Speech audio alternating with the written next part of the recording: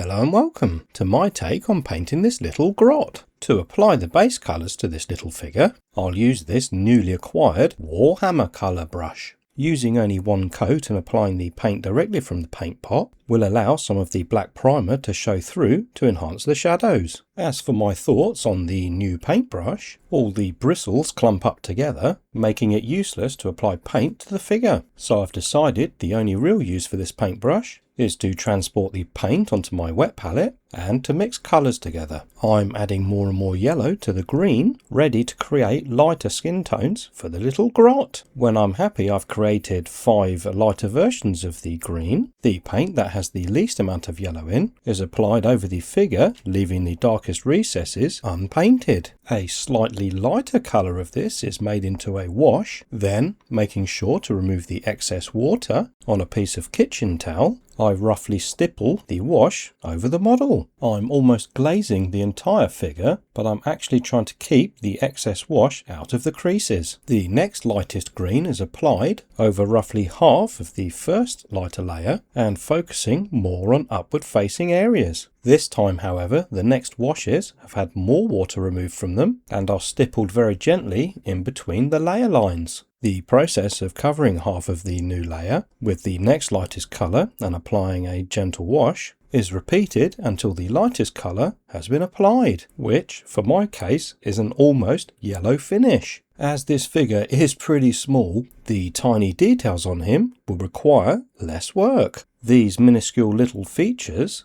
will receive a basic mid-tone base coat, followed by washes and edge highlighting. Also, if my wife doesn't notice, maybe a little dry brush with one of her makeup brushes. Why buy stuff if you can repurpose your partner's equipment? Now for a lesson that I learned the hard way. When using these metallic paints, do not use one of your nice brushes. Just trust me on that one. Now, I'm sure you might have guessed by now, but I'm going to put the metallics on all the areas that I want to look like they're made out of metal. Who would have thought I was going to use those paints for that purpose? As for the microscopic eyes that are on the face of this figure, I actually use the tip of a safety pin instead of my brush. A muddy brown colour is also applied to the edges of the skirt to simulate a little bit of dirt. You could call this figure tabletop-ready, but as I've used a zoomed in focus for this video, applying some washes will hide all my little mistakes. Skeleton horde for the skin and the pot of skill for everything else.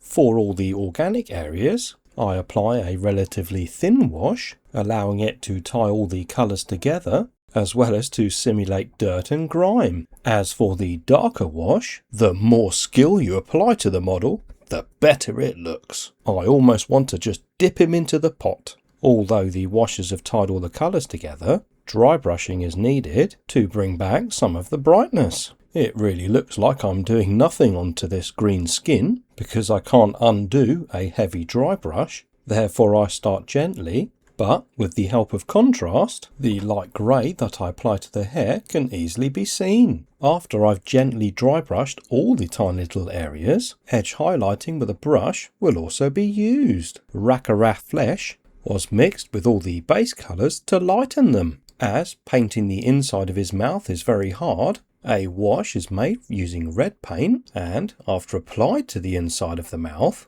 a brush that is dry is used to wick away the excess water, leaving behind a slightly red hue. As for the rest of the edge highlighting, I always use an orange colour over a black base coat to simulate a leather texture. The microscopic skull actually received a white highlight, and as I use a large amount of Agrak's Earth skill, edge highlighting with the original metallic paint is all that's needed to highlight them. As for the eyes, I used the tip of a needle and just randomly dabbed white and black in the areas that I thought that were right. Now it's time to veer away from Games Workshop products. Originally I was going to paint this just using their little paint pots, but I only have a dozen of their products and that's 12 too many, so I'll use this gloss varnish for the mouth and eyes. This isn't to make them look wet, it's because a gloss finish hides your mistakes and a matte finish enhances your mistakes. Really, try it out for yourself and you'll find out. For the weathering, I'll actually be using Green Stuff World Effects paints.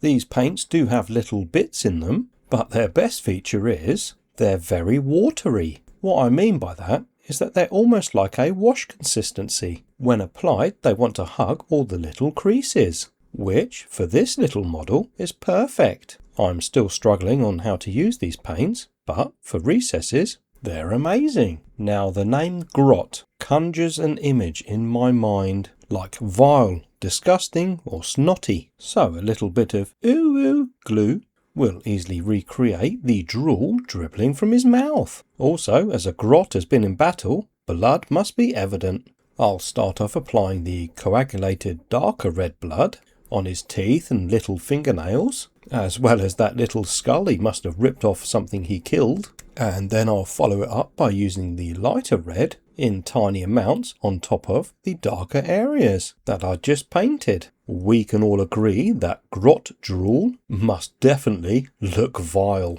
This special effects paint might look very watery, but it's actually very sticky, which means that gently applying it over the ooh glue, it can then be reapplied to create little blobs. Now it's time for the ultimate question. Why do I have to apply technical paint to a base that is basically the same texture? Also, I've painted the figure, I can't be bothered to paint the base. So I dug around in my garden and found some stones. Why bother painting a base when Mother Nature can give you a base for free? As the colour of the base changes the tone of the figure, getting the right colour stone is essential. After selecting the correct stone, I did wonder, can I actually glue the figure to it? It turns out that this instant bond glue does actually work as long as you hold the figure to the stone for at least a minute. Gravity wasn't strong enough to rip Grot from his little base, so that was good enough for me. Seeing that all the Games Workshop products need to sit on these plastic discs, gluing it to my completed figure would mean that my project is complete. Unfortunately, I only gave myself a small amount of time to finish this figure, which means I don't have any time to Photoshop the final photos. Hang on, I'm not implying that the professionals or the photos you see on the box art have been Photoshopped. I'm sure they're just pictures of actual real figures. Thanks for watching and have fun.